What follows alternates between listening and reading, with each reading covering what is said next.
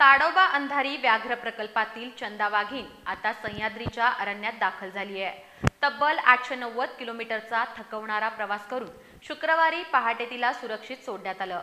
विशेष ऑपरेशन तारा अंतर्गत ही महत्त्वाची मोहीम जंगल संवर्धनासाठी ऐतिहासिक ठरतीये। सॉफ्ट रिलीज पद्धतीनं सोनारली एन्क्लोजरमध्ये चंदाची मुक्तता करण्यात आली असून कॉलर आयडीनं तिच्यावर 24 तास लक्ष ठेवलं जातंय। ताडोबा अंधारी व्याघ्र प्रकल्पातील चंदा वाघीण तब्बल 890 किलोमीटरचा दीर्घ आणि थकवणारा प्रवास करत अखेर शुक्रवारी पहाटे 3:20 सह्याद्रीच्या चांदोली अभयारण्यात दाखल झाली। सोनारली इथं विशेष तयार केलेल्या एन्क्लोजरमध्ये तिला सॉफ्ट रिलीज पद्धतीनं मुक्त करण्यात आलं असून तिच्या गळ्यात लावलेल्या कॉलर आयडीच्या मदतीनं 24 तास देखरेख ठेवण्यात येते। मुक्त होताच चंदानं दिलेल्या दडकाईनं सह्याद्रीच्या जंगलात तिच्या उपस्थितीची दणदणीत नोंद झाली। ही मोहीम वनविभागाच्या विशेष ऑपरेशन तारा अंतर्गत राबवण्यात आली।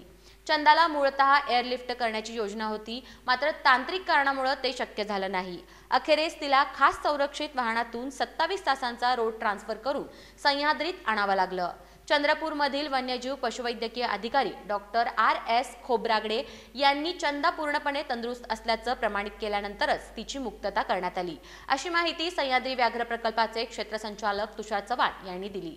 सह्याद्री व्याघ्र प्रकल्पात वाघ पुनर्स्थापनेसाठीची तयारी 2008 पासूनच सुरू आहे।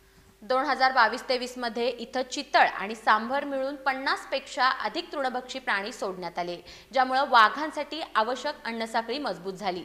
यासाठी सुमारे 10 एकर क्षेत्राचं कुंपण तयार करण्यात आलं। डिसेंबर 2023 मध्ये इथं आणलेला एक नर वाघ आधीच स्थिरावला असून आता चंदाच्या आगमनानं सह्याद्रीतील वाघ संख्या आणखी बळकट झाली आहे।